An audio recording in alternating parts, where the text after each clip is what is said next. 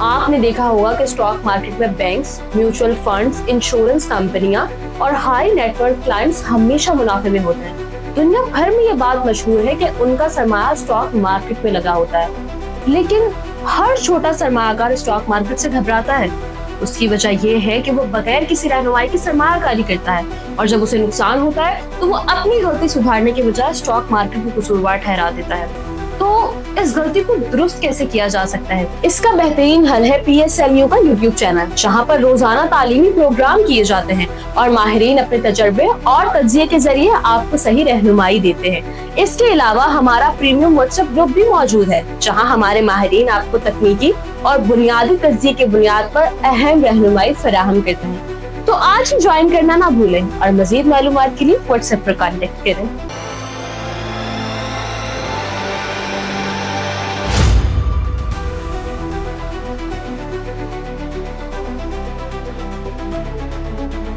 अस्सलाम वालेकुम जी, मैं हूं नादिया अनवर और आप देख रहे हैं the inside of stock market. नाज़रीन, जैसे कि मैं हमेशा कहती हूं कि इन सारे प्रोग्राम्स और सेशंस को करने का मकसद ये होता है ताकि आप स्टॉक मार्केट में अच्छे तरीके से काम कर सकें, और इसके लिए ज़रूरी है कि आप चैनल को लाइक करें, सब्सक्राइब करें और साथ में बेल आइकन को भी हिट करें ताकि कोई भी इंफॉर्मेटिव सेशन जो है वो आपसे मिस ना हो जाए। और इसके साथ ही साथ आप इसको शेयर करें ताकि ज़्यादा से ज़्यादा लोगों को इन्वेस्टमेंट की अवेयरनेस हो और साथ ही साथ फाइनेंशियल मार्केट की अवेयरनेस हो। नाज़रीन, आज हम बात करेंगे मार्केट के हवाले से। ऑब्वियसली इंडेक्स हमारा जो है 150 यानी कि 1,50,000 को भी क्रॉस कर चुका है, और इसके हवाले से भी जानेंगे कि फर्दर अब क्या होगा। और इसी के साथ ही साथ जो है कुछ सेक्टर्स हैं उनके ऊपर भी बात करेंगे, कुछ इकोनॉमी के ऊपर हम बात करेंगे, कुछ बड़ी अच्छी डेवलपमेंट्स हुई हैं उसके हवाले से भी हम जो है आज बातचीत करेंगे। और ये सारी बातें करने के लिए हमारे साथ मौजूद हैं जी हाँ, लेक्सन इन्वेस्टमेंट के चीफ इन्वेस्टमेंट ऑफिसर, जी हाँ मैं बात कर रही हूँ मुस्तफ़ा पाशा साहब की। तो आज हमारे साथ मौजूद हैं और जो है उनकी गोल्डन वर्ड्स और गोल्डन कहते हैं ना कि बातें जो होती हैं वो हम आज उनसे जानेंगे। तो चलिए जी, लेट्स वेलकम हिम। अस्सलाम वालेकुम सर। वालेकुम सलाम नादिया, कैसी हैं आप? अल्हम्दुलिल्लाह sir, thank you so much sir for your time and welcome to the session. और thank you sir very much. सबसे पहले तो जो है कॉन्ग्रेचुलेट के इंडेक्स फाइनली हम जो एक वेट कर रहे थे 150 1,50,000 को भी क्रॉस कर चुका है। अगर हम लास्ट हाई देखें तो 151 का जो है हाई जो है इंडेक्स ने अबूर किया। सर स्टार्ट में यहाँ से करूंगी कि जैसे हम जब 40,000 इंडेक्स पे थे, उसके बाद जो है वो 65 पे आया, तो हमें लगा कि अब ये बाउंस बैक होगा, अब ये पीछे जाएगा।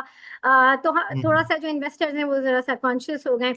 देन उसके बाद फिर एक टाइम आया कि भाई 1 लाख होगा, उसके बाद पीछे जाएगा। फिर 1,25,000 का जब सिनेरियो आया तो उस वक्त भी हमारा माइंडसेट ये था, हम यही सोच रहे थे कि अब ये बाउंस बैक होगा, थोड़ा सा मार्केट से साइड होना हो जाना चाहिए।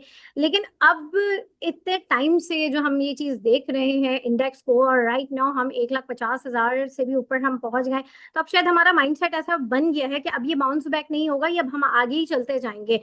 तो थोड़ा सा मुझे ये बताइए कि अब ये माइंडसेट हमारा सही है? क्योंकि उस टाइम पे जो लोग साइड में हुए वो बेचारे फिर साइड ही होके बैठ गए, फिर उन्होंने दोबारा हिम्मत नहीं की एंट्री लेने की। तो क्या हम्म। कहेंगे? थोड़ा सा इसके हवाले से मैं चाहूंगी कि क्या इस सिनेरियो पे आप कहेंगे। देखिए नादिया, आई थिंक इसके अंदर एक फेमस कहावत या कोट है कि more money is lost waiting for corrections then in corrections themselves। तो बेसिकली इसका मतलब नाजरीन के लिए यही है कि जी जो लोग इंतजार करते रहते हैं कि मार्केट करेक्शन लेगी, तो उसके अंदर ज्यादा लॉस होता है उस ठहराव में, निस्बतन के जी जो करेक्शन में एक्चुअली आपकी जो स्टॉक प्राइसेस ऊपर नीचे होती हैं। तो I think and I tell you this के देखें, वैसे तो I know you guys are trying to spread the message of investor education और स्टॉक मार्केट का to retail investors, to the smaller investors जो डे टू डे इन्वेस्टिंग करते हैं। मैं खुद ऑब्वियसली इस इंडस्ट्री से ताल्लुक रखता हूँ and I been in the market for a long time. मैं साल नहीं बताऊंगा बिकॉज आप कहेंगे कि जी आप बहुत बूढ़े हैं, but I even tell you this के जून के एंड में I had reduced my own personal exposure in the stock market at that time. I think it was around 125 और 1000 थी। उसकी वजूहत कुछ और थी, बिकॉज क्या कहते हैं, आई थिंक VPS के रूल्स कुछ चेंज हुए थे कुछ उनकी टैक्सेशन के रूल्स चेंज हो रहे थे बजट में जो हमें मिले थे, तो उसकी वजह से I have reduce the stock market exposure. कि जी मैंने कहा था कि मैं उसको फिर फिगर आउट करता हूँ कि आफ्टर द टैक्स चेंज मैं इसको किस तरह मैनेज करूँ। बट हुआ क्या कि बजट में जब वो फाइनल डॉक्यूमेंट आया तो वो जो उन्होंने प्रपोज चेंजेस थे उन्होंने वो सारे वापस ले लिए थे। तो जो वीपीएस इन्वेस्टमेंट थी उसके ऊपर कोई खास इम्पैक्ट नहीं पड़ रहा था। बट मैं खुद उस टाइम पे मार्केट में री एंट्री बेसिकली उस पोर्शन के साथ जो मैं करना चाह रहा था, मैं रुक रहा था। बिकॉज रोज मार्केट बढ़ रही थी, मैं ये कहता कि यार देखें मार्केट इतनी बढ़ती जा रही है, maybe I should wait for a correction, I should wait until market cool off हो जाए, फिर मैं फिर से अपनी रीएलोकेशन करूं। तो वो करते करते मार्केट 125 से 150 हो गई, राइट। तो even for somebody with my experience, और मेरा डे टू डे ये काम है, तो even somebody like me can sort of get stuck in that कि जी मार्केट ऊपर जा रही है, पैसे डालें नहीं डालें। एंड अगर आपको रिकॉल होगा हमने लास्ट ईयर प्रोग्राम किया था जब मार्केट 80,000 पे थी, जब 40 to 80,000, आई थिंक उस शो का वो यही था कि जी मार्केट ऑल टाइम हाईस पे है, तो इन्वेस्टमेंट करनी चाहिए या नहीं करनी चाहिए। And we discuss this I think in previous show as well K index level obviously in it on its own is less relevant, yes psychologically होता है। And I wouldn't be surprise कि ये जो बड़े लेवल्स होते हैं 100,000, 125, 150, market अगर यहाँ पे कहीं फंसे या कंसोलिडेट या करेक्ट भी करे, तो I don't think anybody should be surprised. मगर I think for any investor the right way to obviously look at it is to look at the valuations, is to look at the earnings outlook, is to look at the macros, and then make a decision कि जी from a historical perspective equity markets yes all time highs पे हैं, मगर महंगी हैं या नहीं है, right. तो वैल्यू हमें मिल रही है या नहीं मिल रही है। एंड ऑफन टाइम्स हम लोग नंबर्स या इंडेक्स लेवल को देख के डिसीव हो जाते हैं। तो I think from my perspective मैं तो यही रेकमेंड लोगों को ये करूंगा कि जब तक आपको इंडेक्स के अंदर या सेक्टर वाइज आपको एक अच्छा आउटलुक मिल रहा है, आपको जब तक मैक्रो इकोनॉमिक स्टेबिलिटी या बिजनेस साइकिल के अंदर इम्प्रूवमेंट की उम्मीदें हैं, और मार्केट अगर हम देखें आज भी, तो आज भी आई थिंक 8 सवा 8 के मल्टीपल पे ट्रेड कर रही है ट्रेडिंग बेसिस पे। और आपको पता है कि 2017 2008 के जो हाईज मार्केट ने लिए थे, तो उस टाइम वो 12 या 13 के मल्टीपल पे चली गई थी। तो even from that Pakistan zone historical perspective अगर हम देखें तो मार्केट में पोटेंशियली अभी भी सिग्निफिकेंट अपसाइड है। और इफ यू रिकॉल हम लोग ने जो लास्ट टाइम बात करी थी, मैंने अर्निंग्स की काफी लंबी बात करी थी कि जी जो कोविड के बाद जो अर्निंग्स ग्रोथ आपको मिली है कंपनीज के अंदर, स्पेशली बैंक्स के अंदर, फर्टिलाइजर के अंदर, सीमेंट के अंदर, ये जो आपके जो बड़े सेक्टर्स अगर आप देखें तो mostly it is been driven by inflation and depreciation rather than any real growth. Because जब हम इन सेक्टर्स का जब सेक्टर डेटा जब हम निकाल के देखते हैं इन टर्म्स ऑफ जैसे फर्टिलाइजर की सेल्स देखें या गाड़ियों की सेल्स देखें या सीमेंट या स्टील की सेल्स देखें, तो पिछले 3 साल 5 साल में वो डेटा जो है हमें जो नजर आता है वो यही है कि बहुत वीक है और उसके अंदर कोई ग्रोथ नहीं है। तो कंपनीज ने जो अर्निंग्स ग्रोथ करी है it is mainly a result of pricing, जो के देवर उनके बिजनेस मॉडल्स ऐसे हैं कि या तो वो जो रुपी की डिप्रिसिएशन हो रही थी या जो महंगाई हो रही थी they were able to pass it on. And of course जो अच्छी कंपनीज हैं they have made a lot of initiatives in terms of cost optimization, cost efficiencies, right? तो अगर आप फॉर एग्जांपल सीमेंट सेक्टर की बात करें या आप स्टील सेक्टर की बात करें या टेक्सटाइल सेक्टर की बात करें या any of these sectors, you will find the well run companies उन्होंने कोशिश करी है in order to protect their margins and to grow their business. या तो उन्होंने डाइवर्सिफिकेशन करी है या फिर उन्होंने जो ग्रिड इतना महंगी हो गई थी बिजली तो उन्होंने सोलर लगा लिया या उन्होंने कोई एक्सपेंशन पे काम किया है। तो people have adapted in different ways and in fact हमने जो पिछले चंद सालों में जो ट्रेंड वो यही देखा है कि जो बड़े सेठ हैं या जो स्पॉन्सर्स या जो ओनर्स होते हैं कंपनीज के, इवन दो उन्होंने अपनी कंपनीज के अंदर कोई ग्रीनफील्ड एक्सपेंशन नहीं करी और कोई हमें खातिर खास एक्सपेंशन नजर नहीं आई in the last 2-3 years, what they have done instead is that कि इन्होंने अपनी कंपनीज के स्टॉक्स में इन्वेस्ट किया है। And we seen that through those share buybacks जो हमने देखे थे कि बहुत सारी कंपनीज ने अनाउंस किए थे over the last 12 to 18 months। तो I think from the perspective of the any owner या जो सेठ होते हैं, उनके लिए तो आई थिंक ये नो ब्रेनर था कि जी अगर मैं आज फैक्ट्री लगाने जाऊं या कोई एक्सपेंशन करने जाऊं, तो फॉर एग्जांपल अगर मैं सीमेंट की लगाने जाऊं तो मे बी मुझे 30 बिलियन रुपीस खर्च करने पड़ेंगे या 40 बिलियन रुपीस खर्च करने पड़ेंगे। But if I bye my own stock, मुझे वो ही एक्सपोजर जो है 1/3 में मिल जाएगा ऑफ द कॉस्ट।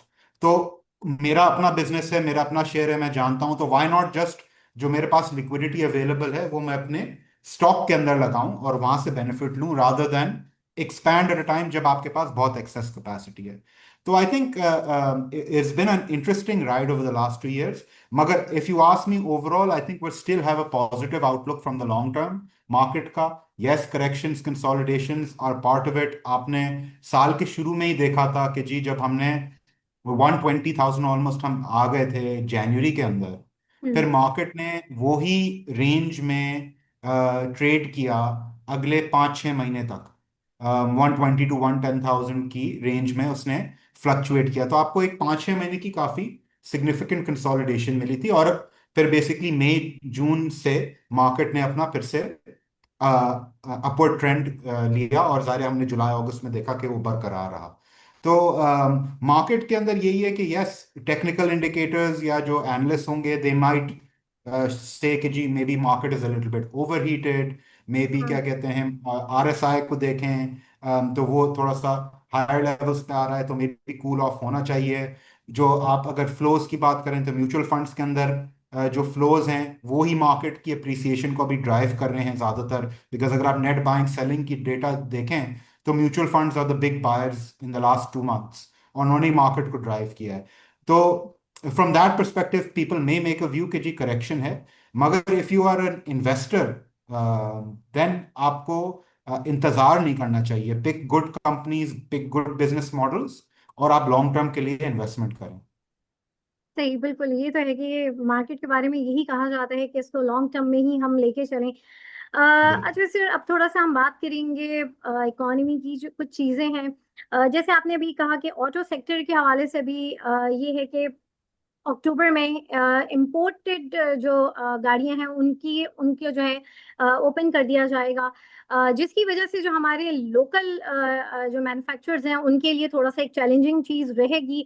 और जी। थोड़ा सा तो अब मुझे ये बताएं कि क्या सिनेरियो है, क्या इनकी आगे प्लानिंग है कि जो है इस वक्त ये इम्पोर्टेड गाड़ियां जो हैं वो कर रहे हैं, क्योंकि ये भी है थोड़ा सा माहौलियाती हवाले से भी, अगर हम देखें कि माहौलियाती हवाले से भी थोड़ी सी रिजर्वेशंस हैं कि जो है जो इम्पोर्टेड गाड़ियां हैं उनकी जो वो हमारे उसको इन्वायरमेंट के हवाले से भी सूटेबल नहीं है।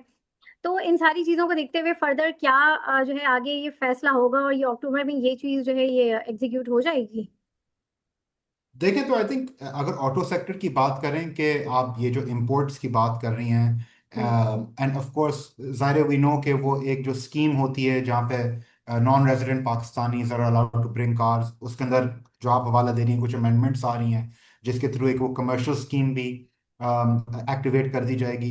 Then of course we also know कि जो कस्टम्स ड्यूटी और जो इंपोर्ट ड्यूटीज़ हैं लग्जरी कार्स पे, वो भी हमने देखा in the last few months post budget कि सिग्निफिकेंटली कम की गई हैं।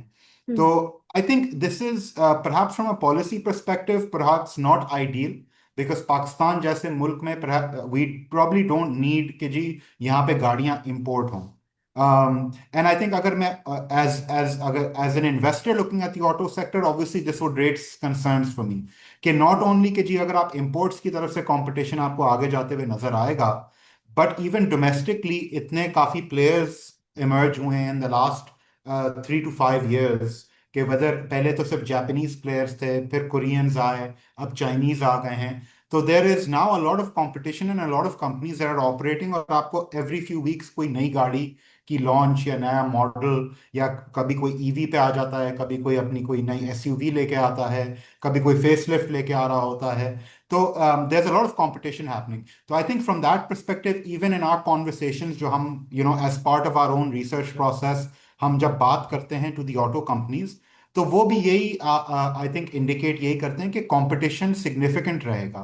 And generally like for example companies जिनके पास ड्यूटी कंसेशंस हैं, जिन्होंने अपने ग्रीन फील्ड्स लगाए थे और उनको इंपोर्ट पार्ट्स के ऊपर, जो इंपोर्ट के ऊपर जो कंसेशंस मिले हुए हैं और वो next year, the year after that खत्म हो रहे हैं, तो जब हम उनसे ये भी पूछते हैं ना कि सर आपकी स्ट्रैटेजी क्या होगी जब आपकी ये जब कंसेशंस कम हो या खत्म हो जाएंगे, तो आप अपनी प्राइसेस बढ़ाएंगे या फिर आप अपने मार्जिन पे कॉम्प्रोमाइज करेंगे? बिकॉज आपको एक ना एक चीज तो करनी पड़ेगी। या तो आप कहेंगे जी मैंने अपनी गाड़ियों की जो सेल है ऑफ यूनिट्स या जो नंबर ऑफ गाड़ियां जो मैंने बेचनी है उसके ऊपर मैं कॉम्प्रोमाइज नहीं करूंगा, तो मैं बेसिकली मार्जिन पे हिट ले लूंगा और वो मैं अब्जॉर्ब कर लूंगा कॉस्ट अपने पास जब इंपोर्ट ड्यूटी बढ़ेगी मेरे प्रोडक्ट्स पे। The other obviously view is that कि आप कहें कि नहीं, मैं रेवेन्यू को अपने प्रोटेक्ट करूंगा, तो I will increase the prices of cars, और अगर मेरा मार्केट शेयर कम भी हो जाए तो that's okay. But when we ask them, तो वो लोग यही कहते हैं कि जी देखें अभी इतना कंपटीशन हो गया है हम्म, डोमेस्टिकली भी और इंपोर्ट से भी, हम एक्सपेक्ट कर रहे हैं कि आएगा, कि हम्म, अभी कुछ बात ये कहना कि जी हम इंक्रीज कॉस्ट को अब्जॉर्ब करेंगे या पास ऑन करेंगे कस्टमर को, अभी मुश्किल है। बिकॉज हम तो उसी पे चलेंगे जो मार्केट हमें बता रही होगी उस टाइम पे। अगर हमारे कंपेटिटर्स भी प्राइसिंग बढ़ा रहे होंगे तो हम बढ़ाएंगे, अगर वो नहीं बढ़ा रहे होंगे तो हम नहीं बढ़ाएंगे। तो that is I think a good thing for the Pakistani consumer, because I think पिछले 50 साल से हमारा इशू यही रहा है, या हम यही एक शिकवा करते रहते हैं कि जी हमें सब स्टैंडर्ड गाड़ी डबल प्राइस पे मिल रही होती है पाकिस्तान के अंदर, कंपेयर टू आप मिडल ईस्ट जाएं, इंडिया जाएं, कहीं जी। भी आप चले जाएं। तो हमारा यही रहता है कि जी पुरानी गाड़ियां, पुराने जनरेशन, पुरानी टेक्नोलॉजी और प्राइसिंग सबसे high.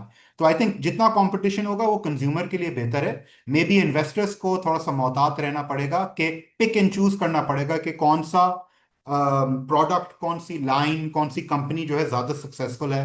Like for of course we know कि in the last few years Sazgar has been a very successful auto company, not only in terms of stock price, तो माशाल्लाह उसकी बहुत चली है, मगर in hmm, terms of the market share and the success of their product.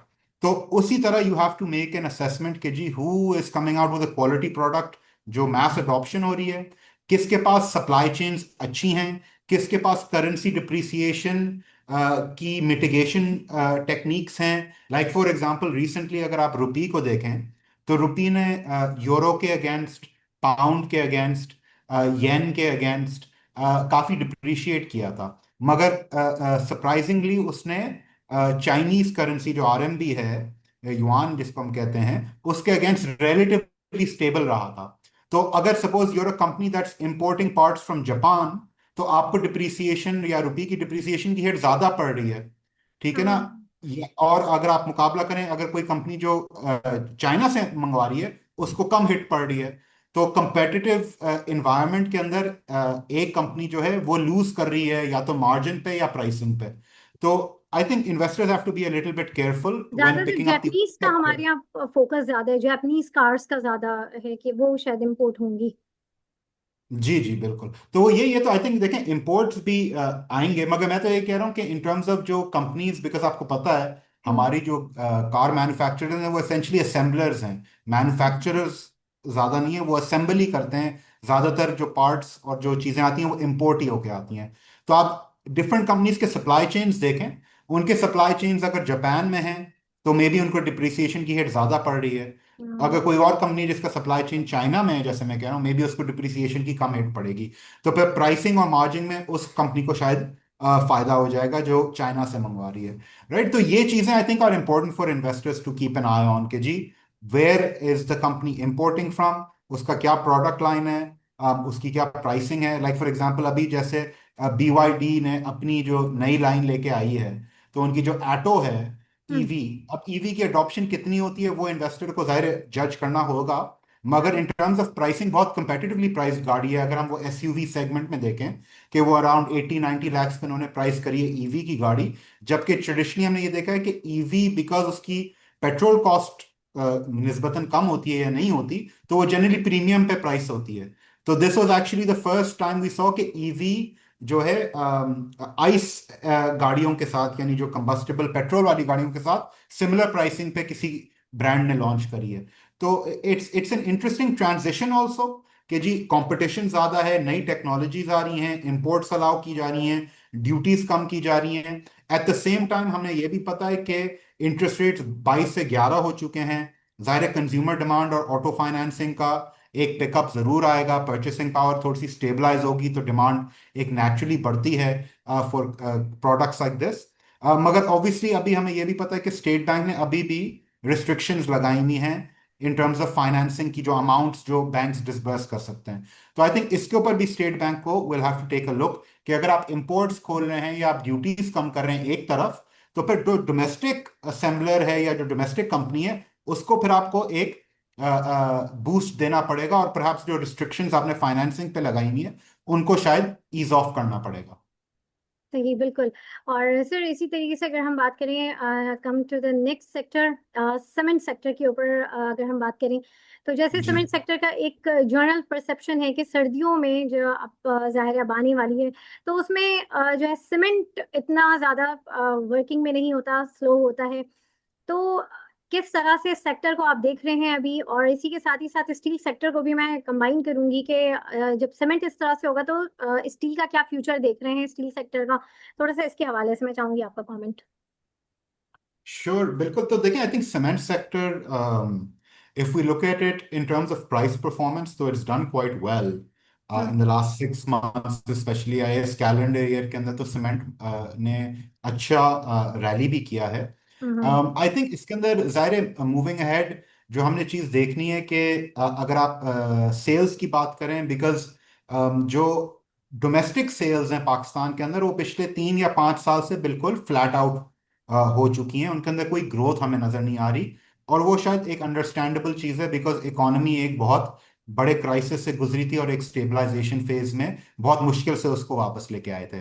I think जो investor जो उम्मीद लगा रहे हैं सीमेंट कंपनीज या इस सेक्टर से, वो यही है कि जी जब इकोनॉमी या जो ग्रोथ का एलिमेंट वो जब थोड़ा सा वापस आएगा और इकोनॉमिक एक्टिविटी थोड़ी सी चलेगी, और कंस्ट्रक्शन सेक्टर उसके अंदर एक बड़ा बेनिफिशियरी होता है, एक सिक्लिकल सेक्टर सबसे बड़ा माना जाता है हमारे मुल्क में या हमारी इकोनॉमी में, तो cement will be the main beneficiary of that.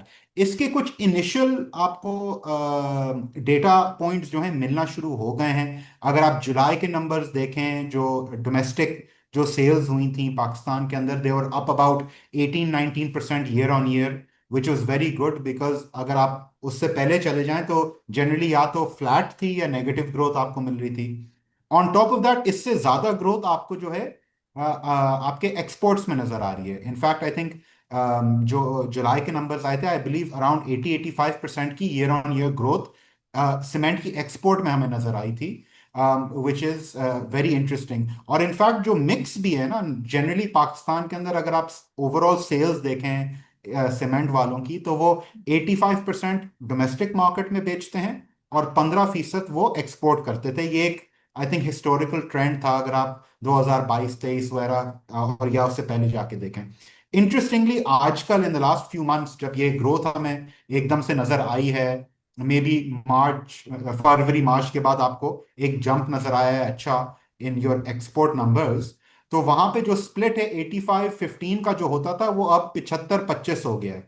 तो यानी एक्सपोर्ट अब ज्यादा हो रही है निस्बतन कंपेयर टू जो पहले हो रही थी। The other thing we want to keep an eye on from the perspective of the cement companies is के उनकी प्राइसिंग किस तरह चल रही है, राइट। तो अगर आप देखें, जो मैंने आपको जो इनिशियली बात करी थी कि लास्ट 5 इयर्स में इवन दो सेल्स ग्रोथ हमने नहीं देखी इस सेक्टर के अंदर, बट इन लोगों की जो अर्निंग्स या जो रेवेन्यू था इन सीमेंट कंपनीज का वो बहुत तेजी से बढ़ा है, बिकॉज इनकी प्राइसिंग बहुत स्ट्रांग थी।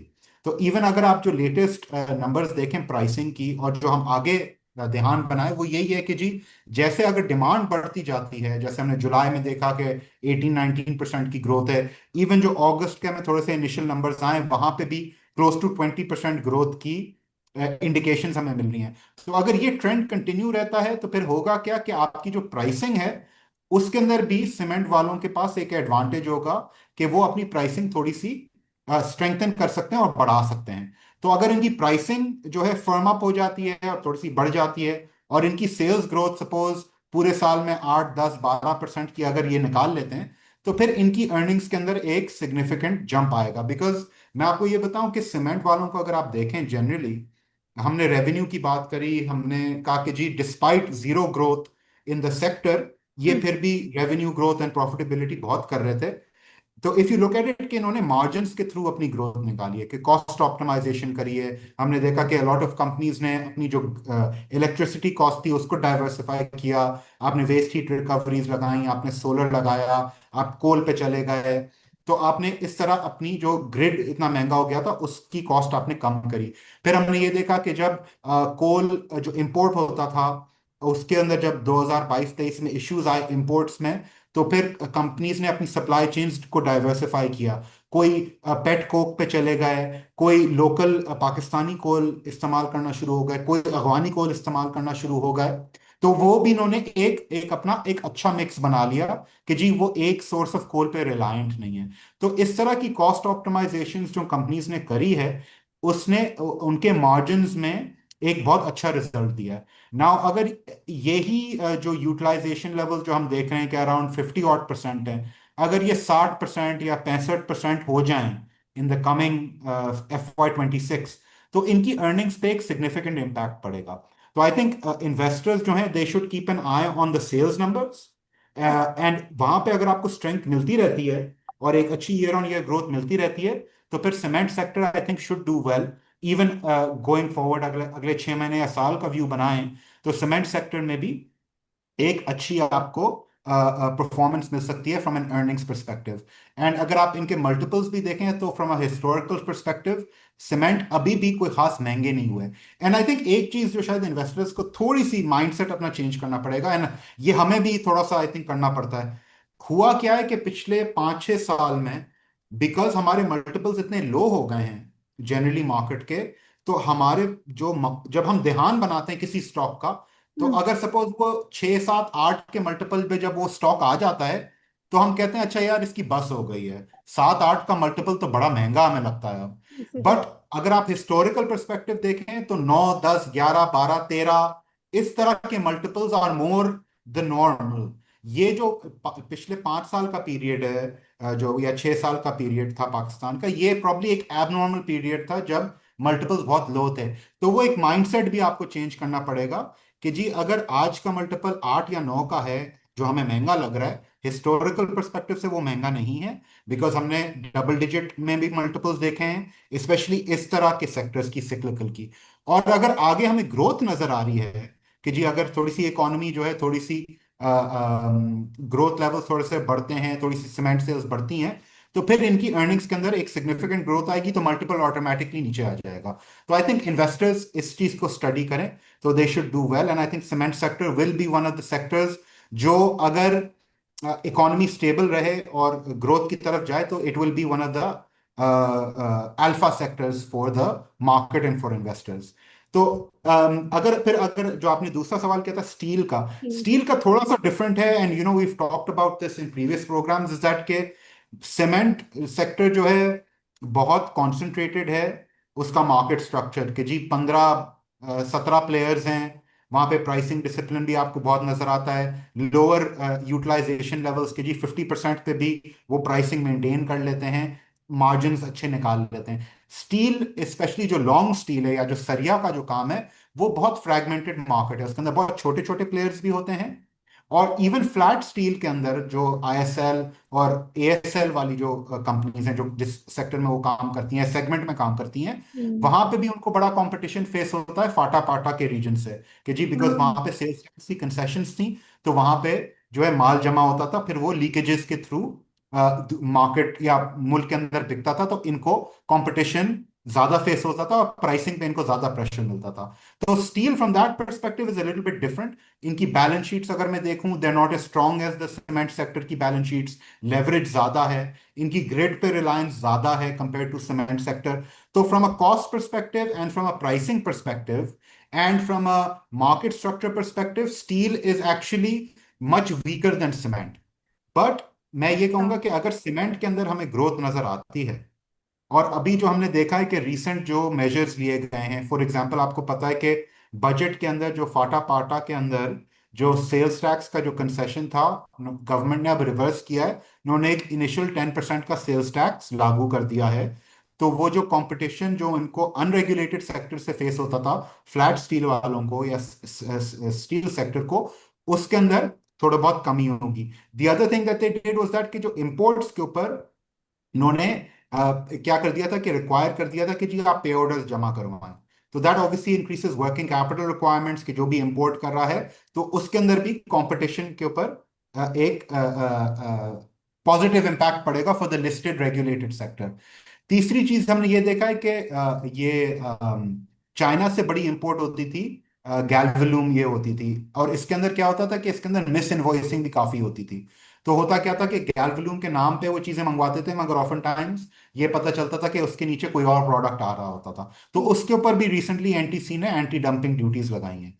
तो अगर इन सब चीजों को मैं कंबाइन करूं कि जी सीमेंट सेल्स के अंदर एक हमें ग्रोथ नजर आ रही है जुलाई अगस्त के अंदर, तो ये अगर कंटिन्यू होती है तो स्टील की भी सेल्स बढ़ना शुरू होंगी। फिर जो सेल्स टैक्स लग गया है, जो एंटी डंपिंग ड्यूटीज लग गई हैं, जो इनकी रॉ मटेरियल कॉस्ट के ऊपर, कि चाहे वो एचआरसी हो या स्क्रैप हो, जो फ्लैट वाले इस्तेमाल करते हैं, उसके ऊपर भी ड्यूटीज कम की गई हैं। उनकी इंटरनेशनली प्राइसेस भी निस्बतन कम हुई हैं। तो उसके ऊपर जो रॉ मटेरियल कॉस्ट है वो भी 3 to 5% ड्रॉप हो गई है। तो फ्रॉम दैट परस्पेक्टिव इसके सेक्टर के लिए भी कुछ टेलविंड्स क्रिएट हो रही हैं कि जी रॉ मटेरियल कॉस्ट थोड़ी सी कम हुई है, अनरेगुलेटेड सेक्टर के ऊपर प्रेशर थोड़ा सा ज्यादा बढ़ गया है जो सेल्स टैक्स वगैरह लगा दिया है, और क्या कहते हैं अगर कोई डिमांड की अगर कोई मोमेंटम बनती है तो इनको फायदा होगा। तो सीमेंट के बाद डेफिनेटली अगर आपके ये बिलीफ है कि पाकिस्तान का बिजनेस साइकिल अब इंप्रूवमेंट की तरफ या ग्रोथ की तरफ जा रहा है, तो स्टील सेक्टर को बिल्कुल डेफिनेटली देखना चाहिए। एंड इसने एक अच्छी चीज फॉर इन्वेस्टर्स ये है कि इसकी प्राइस परफॉर्मेंस मार्केट से कंपेयर करें बहुत कम है। तो अभी उनके अंदर उस तरह की रैली भी नहीं आई जिस तरह हमने मार्केट में देखी ओवर द लास्ट 2 years। बिल्कुल सही कहा। और फिर लास्ट में मैं ये चाहूंगी कि अभी जैसे इंटरेस्ट रेट की बात हो रही है कि इंटरेस्ट रेट आने वाले टाइम में जो है अभी कम होगा, और थोड़ा सा इसके हवाले से बताइए कि इंटरेस्ट रेट का क्या सिनेरियो रहेगा, कितना कम होगा। और साथ ही साथ मैं ये भी ऐड ऑन करूंगी, अभी रिकोडेक के हवाले से एक न्यूज़ आई है कि एशियन डेवलपमेंट बैंक ने जो है 410 मिलियन के जो है जो अमाउंट है वो दी है, और मतलब प्लानिंग है। तो इसका आगे क्या फर्दर आप इम्पैक्ट देखेंगे ऑल ओवर, किस सेक्टर्स के ऊपर इसका इम्पैक्ट पड़ेगा, और जो है ऑल ओवर क्या इसका इम्पैक्ट पड़ने वाला है। तो थोड़ा सा इसके हवाले से भी मैं चाहूंगी कि आप हमें बताएं। श्योर। तो आपने जो पहला सवाल किया है कि with regards to interest rates, तो या देखें आई थिंक इसके अंदर जो जनरल कंसेंसस या हमारा भी एक्सपेक्टेशन यही है कि ज़ाहिर है जो बड़े रेट कट्स थे वो तो आ चुके हैं, राइट। आप 22 से आप 11 पे आ गए हैं, और अगर आप पाकिस्तान का लॉन्ग टर्म एवरेज देखें इंटरेस्ट रेट का, तो वो भी 10% के करीब ही रहता है। तो हमारी अपनी यही एक्सपेक्टेशंस हैं कि यस अभी जगह है स्टेट बैंक के पास कि वो फर्दर रेट कट्स करे, मे बी 1 से 1.5% की, और वो रेट कट कर सकता है। अब ठीक है। देखें टाइमिंग, एंड आई थिंक हमने लास्ट टाइम भी यही बात करी थी, तो मैंने ये कहा था कि टाइमिंग पे शायद आप डिबेट कर सकते हैं कि वो जुलाई में हो या सितंबर में हो या नवंबर में हो। मगर फ्रॉम द परस्पेक्टिव जो हम देख रहे हैं, हमें ये लगता है कि it is still quite likely कि स्टेट बैंक जो है रेट कट की तरफ जाए। अभी जो नेक्स्ट पॉलिसी अनाउंसमेंट है वो आई थिंक 15 सितंबर को शायद स्टेट बैंक ने करनी है। हम्म। देखें इसके अंदर थोड़ा सा ट्रिकी, शायद आप अगर देखें कि स्टेट बैंक ने जो इशू इशू तो है नहीं है, मगर स्टेट बैंक ने अपना जो स्टांस जनरली दिया है हम्म। अंडर दिस गवर्नर, जो करंट गवर्नर जमील साहब जो हैं, बहुत ही वो कॉशियस और प्रूडेंट रह के काम करते हैं। तो अगर उनको कभी भी कोई अनसर्टेनिटी नजर आती है तो वो फौरन जो है बैकफुट पे चले जाते हैं, और वो कहते हैं कि जी वेट एंड सी अप्रोच पे हम देखेंगे, जब तक हमें क्लैरिटी एंड श्योरिटी नहीं मिल जाती फिर हम फर्दर रेट कट्स के ऊपर जाएंगे। तो हमने ये भी देखा था कि इन्होंने बीच में रेट कट नहीं किए थे, फिर चीजें बेहतर हुई तो कर दिया रेट कट, फिर इन्होंने लास्ट 2 पॉलिसीज में फिर से रेट्स होल्ड कर लिए। नाउ नेक्स्ट पॉलिसी ये सितंबर में आ रही है।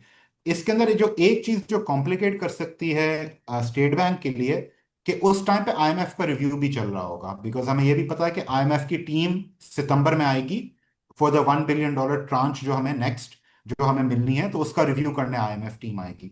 तो अच्छा। जब आईएमएफ एक्टिवली रिव्यू कर रहा हो चीजें, उस टाइम पे शायद स्टेट बैंक जो है कॉशियस रहे इन terms of a rate cut. But अगर आप जनरली देखें कि अगर मैं इन्फ्लेशन के नंबर्स देखूं, बाय एंड लार्ज अगर मैं अपने एक्सटर्नल अकाउंट के नंबर्स देखूं, मैं इंटरनेशनल कमोडिटी प्राइसेस देखूं, तो generally state bank I think still has room 1 से 1.5% कट की।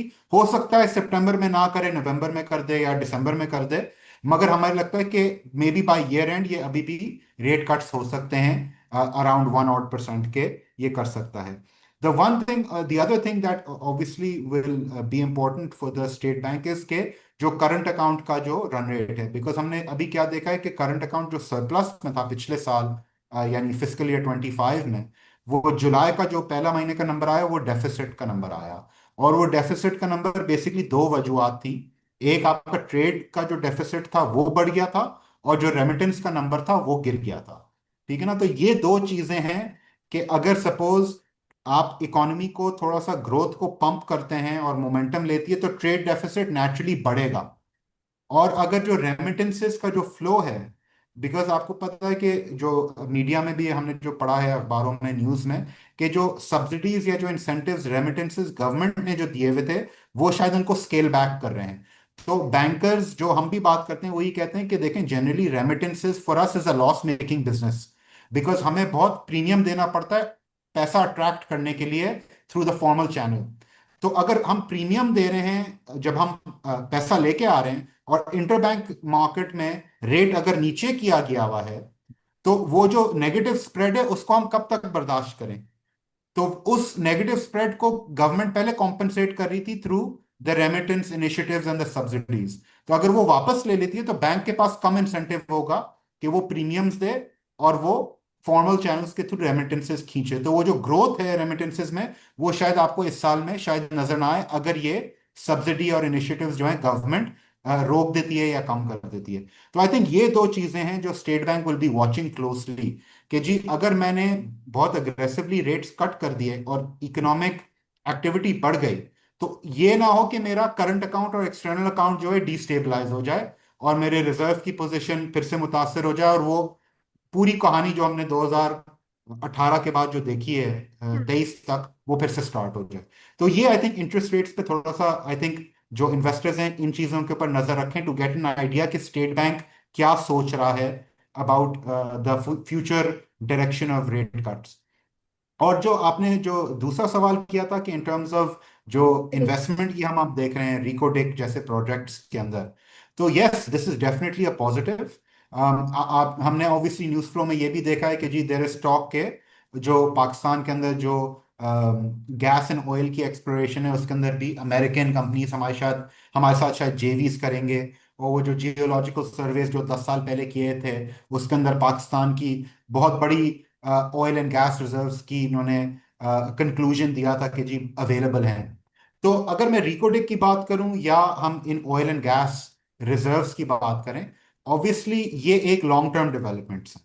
ठीक है जी. रिकोटेक के अंदर जो इश्यूज पोटेंशली आ सकते हैं वो यही हैं कि जी जो जो इंफ्रास्ट्रक्चर आपने डेवलप करना है रिकोटेक माइन के अराउंड, के उसकी ट्रांसपोर्ट कैसे होगी, कि जी जो माइन से पोर्ट तक लेके आने के लिए आपको ज़ाहिर रेल नेटवर्क चाहिए, आपको रोड नेटवर्क चाहिए, आपको सिक्योरिटी चाहिए.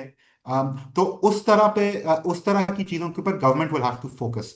In terms of the sectors that may benefit, of course, the steel sector, the cement sector, logistics, इस तरह के जो सेक्टर्स हैं, they would definitely, autos of course would benefit, कि अगर वहां पे आप जो हैं एक इंफ्रास्ट्रक्चर क्रिएट करते हैं around that mine to basically bring that product to the port.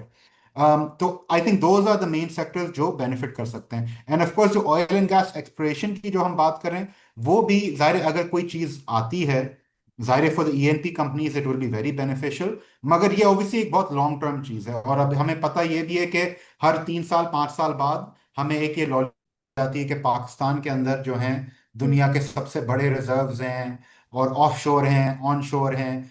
मगर जाहिर है देखें, जस्ट बिकॉज आपके पास रिजर्व्स हैं या आपके पास कोई एक गॉड गिवन एक रिसोर्स है, उसका मतलब ये नहीं है कि आप उस रिसोर्स को इस्तेमाल कर पाएंगे या उसको निकाल पाएंगे. और इवन अगर आपने उसको निकाल लिया, उसका आप सही इस्तेमाल कर पाएंगे. बिकॉज अगर आप हमारी अपनी हिस्ट्री देखें, हम बात करते हैं और बड़े खुश होते हैं कि जी तेल के रिजर्व्स हैं पाकिस्तान में या गैस के रिजर्व्स हैं, और वो हम कंपैरिजन्स करना शुरू कर देते हैं फौरन के जी चीन में इतने, इंडिया में इतने, पाकिस्तान में इतने, और वाह वाह क्या बात है, पाकिस्तान टॉप 4 और 5 में आ रहा है रिजर्व्स में. मगर आपके पास तो ऑलरेडी, अगर आप अपनी हिस्ट्री देखें, सुई गैस जो थी, जो पाकिस्तान की सबसे बड़ी गैस फील्ड थी इन द लास्ट 50 ईयर्स, उसका हमने क्या किया. हमने वो जो गैस थी, हमने ना तो आगे कोई एक्सप्लोरेशन करी उस एरिया के अंदर, जो गैस वहां से निकली भी हमने सीएनजी के अंदर जाए कर दी। और आज ये हाल है कि जी आप एलएनजी इंपोर्ट करते हैं, आपकी डोमेस्टिक प्रोडक्शन जो है वो कंटिन्यूसली डिक्लाइन करती जा रही है ना। तो देखें, सिर्फ रिजर्व होना इज नॉट इनफ। एक पॉलिसी लॉन्ग टर्म कि जी जो इन्वेस्टर है या जो एक्सप्लोरेशन कंपनी है वो इन्वेस्ट कर सके एक लॉन्ग टर्म व्यू के साथ, प्राइसिंग के ऊपर, जो फील्ड्स हैं वो अच्छे ऑप्शन हो, आप एक मार्केट बेस्ड प्राइसिंग मैकेनिज्म उनको दें, और जो सर्कुलर डेट का जो इशू है उसको रिजॉल्व करें। तो आई थिंक अगर ये चीजें होती हैं तो देन एक लॉन्ग टर्म व्यू बनाने के लिए आप फिर बुलिश हो सकते हैं। तो I think if we come back now to market view, तो yes, there are a lot of positives to take into consideration जो हमने डिस्कस भी किए हैं। I think investors probably at this time should probably look at कि जी देखें, जो बड़े इंडेक्स के हैवी वेट सेक्टर्स हैं लाइक बैंक्स, फर्टिलाइजर, पावर और इस तरह के जो सेक्टर्स हैं जो ट्रेडिशनली नॉन सिक्लिकल होते हैं, जो ट्रेडिशनली अगर हाई इंटरेस्ट रेट एनवायरनमेंट हो तो उसके अंदर वो अच्छी अर्निंग्स जनरेट करते हैं, अच्छी उन्होंने डिविडेंड यील्ड्स इन्वेस्टर्स को बहुत दी हैं। बट अगर आपका ये व्यू है कि जी आगे जाते हुए पाकिस्तान की ग्रोथ बढ़ेगी, कि जो 1-2% की ग्रोथ है वो मे बी 2.5-3% की हो जाएगी, और जो कंस्ट्रक्शन एक्टिविटी है या जो कंज्यूमर डिमांड है वो वापस थोड़ी सी मोमेंटम पकड़ेगी, तो देन आपको अपने पोर्टफोलियो का टिल्ट देखना होगा इन टर्म्स ऑफ सेक्टर एलोकेशंस। कि अगर आप सपोज हैवी थे बैंक्स, फर्टिलाइजर और इन टाइप ऑफ सेक्टर्स में, ईएनपी सेक्टर्स में, तो देन अपना थोड़ा सा फोकस और उन स्टॉक्स को देखें जो थोड़े से ग्रोथ ओरिएंटेड हैं, थोड़े से सिक्लिकल ओरिएंटेड हैं, थोड़े से कंज्यूमर ओरिएंटेड हैं। तो whether that is cements, weather that's steel, that's glass, that's autos, that's pharma, that's chemicals, that's food, तो इन सेक्टर्स के ऊपर इनमें से अच्छी कंपनीज देखें जिनका अच्छा ट्रैक रिकॉर्ड है, अच्छा प्रोडक्ट है, और मे भी अपने पोर्टफोलियो का शिफ्ट थोड़ा सा उस तरफ देके करें। इन टर्म्स ऑफ उसको टैक्टिकली कैसे देखें, देखें अगेन मार्केट करेक्ट करेगी नहीं करेगी, कब करेगी ये किसी को नहीं पता। बट इफ सपोज आपने अच्छे पैसे बना लिए हैं और आप इस सेक्टर रिएलोकेशन का सोच रहे हैं, तो सपोज आप अभी कहते हैं कि जी मेरा करंट पोर्टफोलियो स्प्लिट 70-30 है, कि जी 70% मेरा ये heavy weight blue chip sectors में है और 30% ये ग्रोथ कंज्यूमर सेक्टर्स के अंदर है। तो अगर आप कहते हैं कि सपोज मैंने इसको 50-50 करना है, तो मे बी आप सेलिंग थोड़ी सी ज्यादा करें अभी और बाइंग आहिस्ता आहिस्ता करें, और अगर आपको कोई अपॉर्चुनिटी मिले, कोई करेक्शन होती है, थोड़ी सी मार्केट कंसोलिडेट करती है, तो वहां पे फिर अपनी बाइंग कंप्लीट कर लें। मगर एज वी नो, और ये एक पुरानी कहावत कि जी the trend is your friend, तो मार्केट के मोमेंटम से लड़ने की जरूरत नहीं है। और मार्केट को जो है हम आउट गेस करने की कोशिश करते हैं। मार्केट आपको खुद ही सिग्नल देगी जब आपको एग्जिट करना चाहिए, एंड आई थिंक मार्केट अभी वो सिग्नल्स नहीं दे रही कि जी एग्जिट करना चाहिए, both from a fundamental perspective या फ्रॉम अ प्राइस परस्पेक्टिव। तो अच्छी कंपनीज ने अच्छे सेक्टर्स पे लें, अपनी स्ट्रैटेजी के ऊपर काम करें, डिसिप्लिन रह के काम करेंगे तो इंशाल्लाह उसका नतीजा अच्छा ही निकलेगा। सही, great, thank you so much sir. और बड़ी अच्छी बात थी, ट्रेंड इज योर फ्रेंड, बिल्कुल। और थैंक यू वंस अगेन। और नाज़रीन, थैंक यहाँ यू। पर मैं लूंगी इजाजत। इंशाल्लाह होपफुली आप लोगों को जो है बड़ी इंफॉर्मेटिव बातें जो है वो सुनने को मिली होंगी, एज यूजुअल, जैसे कि हमेशा हम करते हैं ये सेशन। तो इसी के साथ ही साथ नाज़रीन, इंशाल्लाह आप लोगों से फिर मुलाकात होगी। तब तक के लिए अल्लाह हाफिज।